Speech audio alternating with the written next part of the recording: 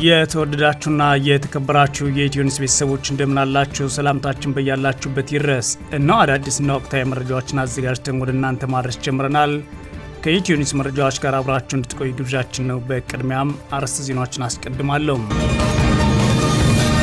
ዓለም አቀፉ የሰብአዊ ተቋም ሁማን ራይትስ ዎች የአውሮፓ ህብረት ለኢትዮጵያ መንግስት ቀጥታ በጀት ድጋፍ መጀመሩን ተቸም። ሁማን ራይትስ ዎች የብልጽግና መንግስት የሚተቹትን ጋዜጠኞችና ፖለቲከኞችን እያሰረ በቀጠለበትና ለተፈጸሙ ወንጀሎች ተጠያቂነት ባልተረጋገጠበትና ግጭት ባልቆመበት ሁኔታ ቀጥታ የበጀት ድጋፍ መጀመሩን ተቃውሟል። በዝርዝር እናየዋለን። የአብይ አህመድ አማካሪ ሚኒስትር የሆኑት ዳንኤል ክብረት የብልጽግና ፓርቲ እጩ ሆነው ለምርጫ መቅረባቸው ሰማ። የጠቅላይ ሚኒስትሩ የማህበራዊ ጉዳይ አማካሪ ሚኒስትር ዳንኤል ክብረት ከዚህ በፊት በግላቸው የተወዳደሩ ሲሆን አሁን የብልጽግና ፓርቲ ወክለው መቅረባቸው ሰምቷል። በዝርዝር የምናየው ሌላኛው ጉዳይ ነው። የአገዛዙ ጠቅላይ አቃቢ ሕግ በአቶ ታዬ ደንደዓ ላይ መስርቶት የነበረውን ክስ በድንገት አቋረጠ። የፌዴራል አቃቢ ሕግ በቀድሞ የሰላም ሚኒስትር ታዬ ደንደዓ ላይ የመሰረተውን 3 ክሶች ባልታወቀው ሁኔታ ማቋረጡን ጠበቃቸው አቶ አብርሃ ንጉስ አስታውቀዋል። በዝርዝር እናየዋለን። ኢራን የተኩስ አቁም ጥሰትን በመፈጸም የሆርሙዝ ወሽመጥን አይከፈትም አለች። ኢራን ከአሜሪካ ጋር በምታደርገው ንግግር ዋነኛ ተደራዳሪ የሆኑት የአገሪቱ ፓርላማ አፈ ጉባኤም አሜሪካና እስራኤል የተኩስ አቁም ስምምነት በግልጽ በመጣሳቸው የሆርሙዝ የባህር ወሽመጥ ሊከፈት አይችልም ሲሉ ተናግረዋል። የተወደዳችሁና የተከበራችሁ የኢትዮ ኒውስ ቤተሰቦች አብራችሁ ውስጥ ቆዩ። እነዚህና ሌሎች ትሰማላችሁ። መልካም ቆይታ ይሁንላችሁ። ዓለም አቀፉ የሰብአዊ ተቋም ሁማን ራይትስ ዎች የአውሮፓ ህብረት ለኢትዮጵያ መንግስት ቀጥታ በጀት ድጋፍ መጀመሩን ተችቷል። ሁማን ራይትስ ዎች የብልጽግና መንግስት የሚተቹትን ጋዜጠኞችና ፖለቲከኞችን እያሰረ በቀጠለበት ለተፈጸሙ ወንጀሎችም ተጠያቂነት ባልተረጋገጠበትና ግጭቶችን ባልቆሙበት ሁኔታ ቀጥታ በጀት ድጋፍ መጀመሩን ተቃውሟል። ዓለም አቀፉ የሰብአዊ ተሟጋች ድርጅት ሁማን ራይትስ ዎች ሚያዝያ 14 2018 ዓ.ም ባወጣው መግለጫ ነው የተቃውሞ ድምፅን ያሰማው።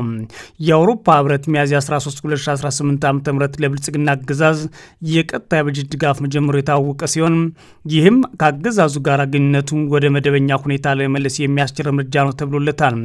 ሁማን ራይትስ ይህ የአውሮፓ ህብረት እርምጃ ኢትዮጵያ ውስጥ ያለውን ከባድ የሰብአዊ ጥሰት ሁኔታ ከመጪው ሀገራዊ ምርጫ በፊት እየተባሰ ባለበት ወቅት የመጣ ነው ሲል አስታውቋል።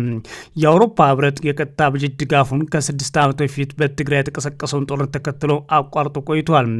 ሁማን ራይትስ ዎች ታዲያም ያ ጦርነት የማንነት ማጽዳት፣ ከቦታ በግድ ማፈናቀል፣ መጠነ ሰፊ ግድያዎችና አስገድዶ መድፈር ጥቃቶች የተፈጸሙበት እንደነበር በመግለጫው ጠቅሷል።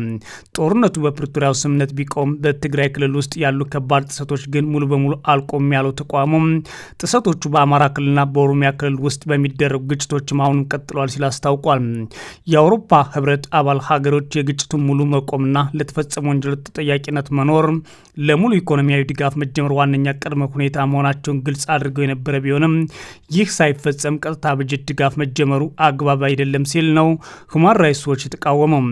ተቋሙ አክሎም አሁን በህወሓትና የብልጽግና አገዛዝ መካከል እንደገና ከባድ ጥሰቶች ሊያስከትል የሚችል ውጥረት መኖሩን አመላክቷል። ሁማን ራይትስ ዎች የብልጽግና አገዛዝ በኢትዮጵያ ያልተፈጸሙ ወንጀሎች ተጠያቂነት ለማስፈን ምንም እርምጃ አልወሰደም ሲል ወቅሷል። ይባስ ብሎም የአውሮፓ ህብረት በኢትዮጵያ ይደረግ የነበረውን ዓለም አቀፍ ምርመራ እንዳይቀጥል ከሂደቱ ከተቆጠበ በኋላ የብልጽግና አገዛዝ የሽግግር ፍትህ ሂደትን በተግባር አቁሟል ነው ያለው። አሁን ላይ የብልጽግና አገዛዝ በነጻ ሚዲያዎች ላይ ጠንካራ ገደቦችን አድርጓል። የሲቪል ማህበረሰቦችን ያስራል፣ ያስተጓጉላል፣ ጋዜጠኞችና የሰብአዊ መብት ተሟጋቾችን ያስራል። ይህም አሳሳቢ ነው ሲል ሁማን ራይትስ ዎች አስታውቋል። ሁማን ራይትስ ዎች በያዝነው ወር መንግስት የሚተቹ ሙዚቃ የሰሙ ወጣቶች በአዲስ አበባ ከተማ ታስረዋል ያለ ሲሆን ይህም የቴዲ አፍሮ ሙዚቃን ከፍታቸዋል በሚል የታሰሩ ወጣቶች የተመለከተ መሆኑ ነው። በዚህም በኢትዮጵያ የሚታየው የሰብአዊ መብቶች አያያዝ እየባሰ በሚሄድበት ሁኔታ የአውሮፓ ህብረት የራሱን የሰብአዊ መብት መመዘኛዎች ተፈጽመው እንደሆነ ሳይፈትሽ የቀጥታ የበጀት ድጋፍ መጀመሩን ያመለከተ ሲሆን ሁማን ራይትስ ዎች ይህንን ተቃውሞታል። የህብረቱ የድጋፍ ግብ ለኢትዮጵያውያን ኢኮኖሚያዊና ማህበራዊ ጥቅሞች ማሻል ከሆነ ሌሎች እርዳታ አይነቶችን መቀየር ቢያንስና ለጥያቄነትና ለሲቪል ስራዎች ጥበቃ ትኩረት መስጠት ይገባ ነበር ያለው ሁማን ራይትስ ዎች ይህ ሳይሆን ቀጥታ በጀት ድጋፍ መጀመር ህብረቱ ከዚህ በፊት የፍትህና የሰብአዊ መብቶችን በተመለከተ ያቀረበውን ጥሪ ይቃረናል ብሏል። የአብይ አህመድ አማካሪ ሚኒስትር የሆኑት ዳንኤል ክብረት የብልጽግና ፓርቲ እጩ ሆነው ለምርጫ መቅረባቸው ተሰማ። የጠቅላይ ሚኒስትሩ የማህበራዊ ጉዳይ አማካሪ ሚኒስትር ከዚህ በፊት በግላቸው የተወዳደሩ ሲሆን አሁን ብልጽግና ፓርቲ ወክለው ቀርበዋል። ሐመር ኳን ምልክት አድርገው በስድስተኛው ዙር ጠቅላላ ምርጫ በግላቸው ተወዳድረው ፓርላማ የገቡት ዳንኤል ክብረት ዘንድሮ በሚካሄደው የአገዛዙ ምርጫ ብልጽግናን ተቀላቅለዋል። የስንዴ ነዶን ምልክት አድርገው እጩ ሆነው መቅረባቸው ነው የታወቀው። የብልጽግና ስርዓትና ለውጡ ከመጣ በኋላ ብልጽግና መሪ ከሆነ በኋላ እያንዳንዱን ጉዳዮች እያነሱ የሚተነትኑትና ብልጽግና ከፍተኛ ውጤት እንዳመጣ ሲናገሩ የተደመጡት ዳንኤል ክብረት አሁን ላይ ፓርቲውን ተቀላቅለዋል። በእርግጥም በ2013 ምርጫ ብልጽግና በአዲስ አበባ እጩ ያላቀረበበትን የምርጫ ክልል ዳንኤል የተወዳደሩበት ብቻም ነበር። በዚህም ብልጽግና ቦታ ለቆላቸው ልክ እንደ ራሱ ወገን አይቶ አሸንፈው እንዲገቡ አድርጓል ተብሎ በሰዓቱ ሲነገር የነበረ ሲሆን ከዚህም ቀጥሎ ጠቅላይ ሚኒስትሩ አማካሪ ሚኒስትር አድርገው ሾሟቸዋል። በፓርላማ የ5 ዓመት ቆይታ ምንም በቀጥታ ስርጭት በተላለፈ መደበኛ የሚሆን አስቸኳይ ስብሰባዎች ላይ ዳንኤል ክብረት ጥያቄ ሲያቀርቡ ወይም አስተያየት ሲሰጡ በፍጹም አልተሰሙም። ዳንኤል የብልጽግና ፓርቲ ፕሬዚዳንት፣ የጠቅላይ ሚኒስትሩ የማህበራዊ ጉዳይ አማካሪ መሆናቸው የሚታወቅ ሲሆን ለብልጽግና በማህበራዊ ሚዲያና በዋና ዋና የሀገሪቱ ሚዲያዎች ላይ በግልጽ ይከራከራሉ። በኢትዮጵያ ውስጥ የሚቀርቡ የመብት ጥያቄዎችንና የሚደረጉ እንቅስቃሴዎችን በማጠልሸት እስሮችና ግድያዎችን በማፋፋም እጅግ ጥላቻ የተሞላባቸውን ጽሁፎች በመጻፍና በማስተጋባት እነዛንም ደግሞ በዋና የሀገሪቱ ሚዲያዎች እንዲተላልፉ ማድረግ ዳንኤል ትችት ይቀርብባቸዋል። ብልጽግናን በዳንኤል ልክ ያገለገለው ሰው የለም ብለው በርካቶች የሚከራከሩ ሲሆን ለዚህም ማሳያ የሚያደርጉት የብልጽግና ከፍተኛ አመራሮች ራሱ በዳንኤል ትችት ከስልጣናቸው ይወርዳሉ ተብሎ ይናገራሉ። የብልጽግና ፓርቲን አገዛዝ ዋና አገልጋይ የሆኑት ዳንኤል ክብረት በአሁኑ ሰዓት በአዲስ አበባ ለፌዴራል ፓርላማ እጩ ነው መቅረባቸውና ብልጽግና መወከላቸው ነው የተሰማው። የአገዛዙ ጠቅላይ አቃቢ ሕግ በአቶ ታዬ ደንደዓ ላይ መስርቶት የነበረውን ክስ ድንገት አቋረጠ። የፌዴራል አቃቢ ሕግ በቀድሞ ሰላም ሚኒስትር ዴኤታ አቶ ታዬ ደንደዓ ላይ የመሰረተውን 3 ክሶች እንዲሁም አዳዲስ ክሶችን ባልታወቀ ምክንያት ማቋረጡን ጠበቃቸው አበራ ንጉስ ለሚዲያዎች አስታውቀዋል። አቶ ታዬ ደንደዓ በቀረቡባቸው መንግስትን በኃይል ለመጣል ግዙፍ መሰናዶ የማድረግ በሀገር መከላከያ ሰራዊት ላይ ሐሰተኛና አደናጋሪ መረጃዎችን ማሰራጨትና የመንግስትን ስም ማጥፋት በሚሉ 3 ተደራራቢ ክሶች ባቀረቡት ይግባኝ ላይ ውሳኔ ለመስጠት የፌዴራሉ ጠቅላይ ፍርድ ቤት ትላንት ቀጠሮ ሰጥቶ ነበር። ሆኖም አቃቢ ክሶችን ያቋረጠበት ምክንያት በትላንትናው ችሎት ላይ ግን አልተገለጸም ተብሏል። የተከሳሹ ጠበቆች ክሱ ስለተቋረጠበት ምክንያት የሚያውቁት ነገር እንደሌለና ምክንያቱን የሚገልጽ ማስረጃ ከፍርድ ቤት እንደሚጠይቁ ተናግሯል። አቶ ታዬ ፍቃድ የሌለው የጦር መሳሪያ በመያዝ ወንጀል የተላለፈባቸውን የ7 ዓመት የእስር ቅጣት ወደ 4 ዓመት ዝቅ እንደተደረገም ይታወሳል። የብልጽግና አገዛዝን አምርሮ በመተቸትና ብልጽግና ውስጥ ሆነው በመታገል የሚታወቁት አቶ ታዬ ደንደዓ ከእስር ቤት ሲገቡ ይህ በብልጽግና አገዛዝ ለሁለተኛ ዙር ነው። ታስረው ከተለቀቁ በኋላ ድጋሚ ብልጽግናን መታገል የጀመሩት አቶ ታዬ ደንደዓ መልሶ የአገዛዙ ጠቅላይ ሚኒስትርና ሌሎች ባለስልጣናት እንዲታሰሩ ማድረጋቸው ይታወሳል። በዚህ ሂደትም 3 አዳዲስ ክሶች ተመስርተው የነበረ ሲሆን ትላንት በነበረው ችሎት እነዚህ ክሶች መቋረጣቸውን ጠቅላይ አቃቢ ሕግ አስታውቋል። ኢራን የተኩስ አቁም ጥሰት በመፈጸሙ የሆርሙዝ ወሽመጥ አይከፈትም አለች። ኢራን ከአሜሪካ ጋር በምታደርገው ንግግር ዋነኛ ተደራዳሪ የሆኑት የአገሪቱ ፓርላማ አፈ ጉባኤ አሜሪካና እስራኤል የተኩስ አቁም ስምምነቱን በግልጽ በመጣሳቸው የሆርሙዝ የባህር ወሽመጥ ሊከፈት አይቻልም ብለዋል። መሐመድ ባጋር ጋሊፍ ረቡዕ ዕለት በኤክስ ገጻቸው ላይ ባሰፈሩት ጽሑፍ እንደገለጹት ከጥሰቶቹ መካከል የአሜሪካ የባህር ኃይል ወደ ኢራን ወደቦች የሚደረግ ጉዞ ላይ የጣለው እግድ ይገኝበታል። ይህ ያለም ምጣኔ ሀብት ማሰር ነው ያሉት አፈ ጉባኤው እስራኤል ደግሞ በሁሉም ግንባሮች ጦርነት ናፋቂ አድርጓታል ብለዋል። የኢራን ፕሬዚዳንት መሱድ ፔዜሽኪያን በበኩላቸው ቴህራን ለድርድር ክፍት ሆና ቀጥላለች፣ ነገር ግን የስምምነቶቹ መጣስ እገዳና ዛቻ ለእውነተኛ ድርድር ዋና እንቅፋቶች ናቸው ብለዋል። ማክሰኞ ማለዳ ላይ አሜሪካና ኢራን በፓኪስታን አዲስ የሰላም ድርድር ያደርጋሉ ተብሎ ተጠብቆ የነበረ ቢሆንም ቴህራን ወደ ኢስላማባድ ልዑኳን ባለመላኩ አልተሳካም።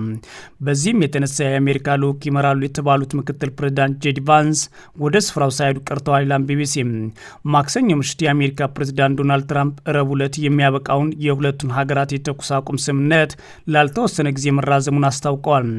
የዋይት ሀውስ የፕሬስ ሴክሬታሪ ካሎሪ ሌቫንት ፕሬዚዳንቱም ያራዘሙት የተኩስ አቁም የጊዜ ገደብ እንደሌለውም አብራርተዋል። ትራምፕ አሜሪካ በኢራን ላይ ያደረገች ባለው የባህር ላይ ገዳ ደስተኛ ከፍተኛ መሆናቸውና ኢራን በጣም እየተዳከመች መሆኗን መረዳታቸውን ጨምረው ተናግረዋል። መጫወቻ ካርዶቹ አሁን በፕሬዚዳንት ትራምፕ እጅ ናቸው ሲሉም ተናግረዋል።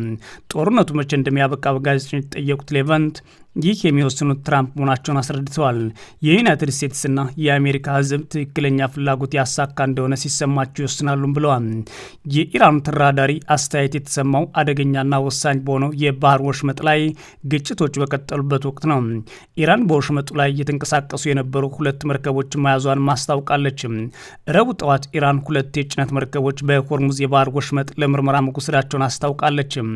የመርከቦቹ መወሰድ ይፋ የተደረገው በባህር ወሽመጥ ውስጥ በሚገኙ 3 የጭነት መርከቦች ላይ ጥቃቶች መሰንዘራቸውን ተከትሎ ነው። በሆርሙዝ ወሽመጥ ላይ ጥቃት ከደረሰባቸው 3 መርከቦች አንዷ የሆነችው ዩፎሪያም በዩናይትድ አረብ ኤምሬትስ ውስጥ ባለው ወደብ አቅራቢያ መልቋን መጣሏን ቢቢሲ ቬሪፋይ አረጋግጧል። የባህር ኃይል ደህንነት ላይ የተሰማራው ቫንጋርድ የተባበሩት አረብ ኤምሬትስ ባለቤትነት የተያዘችው ዩፎሪያ ጥቃት የደረሰባት ከኢራን በስተምዕራብ መሆኑን ተናግሯል። በመርከቧ ላይም ሆነ በሰራተኞቹ ላይ ግን ጉዳት አልደረሰም ይላል ዘገባው። ኢራን ስለ ዩፎሪያ ምንም አይነት አስተያየት ባትሰጥም ሌሎች 2 መርከቦች ኤስሲሲ ፍራንቺስካና ኢምፓኖሚናንስ መያዟን ተናግራለች።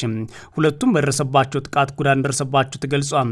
የኢራን አብዮታዊ የባህር ኃይል ዘብ ባወጣው መግለጫ መርከቦቹ ያለ ፈቃድ እየተንቀሳቀሱ እንደነበር ጠቅሶ ተደጋጋሚ ጥሰቶች የፈጸሙ መሆናቸውን በመግለጽ የሆርሙዝ የባህር ወሽመጥ በሚስጥር ለቀው እንዲወጡ እና ለመሄድ እየሞከሩ የአቅጣጫ ስርዓቶችን እያዛቡ ነበር በሚል ወንጅሏቸዋል። በተጨማሪም በባህረ ሰላጤ ውስጥ የሚደረጉ እንቅስቃሴዎችን እየተከታተለ እንደሆነና ጥሰት በሚፈጽሙት ላይ ጠንካራ እርምጃ እንደሚወስድ አስጠንቅቋል።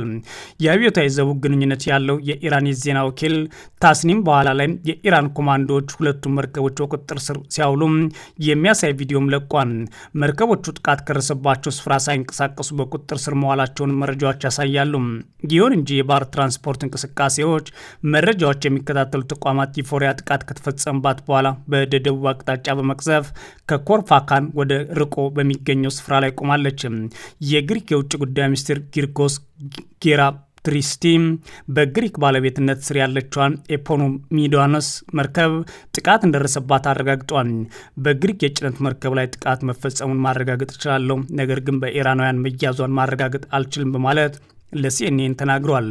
እንዲሁም ረቡዕ ዕለት የአሜሪካ መከላከያ ሚኒስቴር የባህር ኃይሉ አዛዥ ካሁን ጀምሮ ከኃላፊነታቸው መነሳታቸውን ወቁልኝ ብሏል። ጆን ፊላ ከኃላፊነታቸው ለምን እንደተነሱ የተሰጠ ምክንያት ግን የለም ይላል ቢቢሲ። ይህም የሆነው የአሜሪካ መከላከያ ሚኒስትር ፔት ሄግሴት የጦር አዛዡን ራንዲ ጆርደን ከስልጣናቸው እንዲለቁ ከጠየቁ ከጥቂት ሳምንታት በኋላ ነው። የባህር ኃይል ምክትል ጸሐፊ ሃንግ ካኦም ተጠባባቂ ሆነው ቦታው እንደሚሸፍኑም ተነግሯል ማለት ቢቢሲ ዘግቧል። የተወደዳችሁና የተከበራችሁ የኢትዮ ኒውስ ቤተሰቦች መረጃዎቻችን እነዚህ ነበሩ። መልካም ጊዜ እመኛለሁ።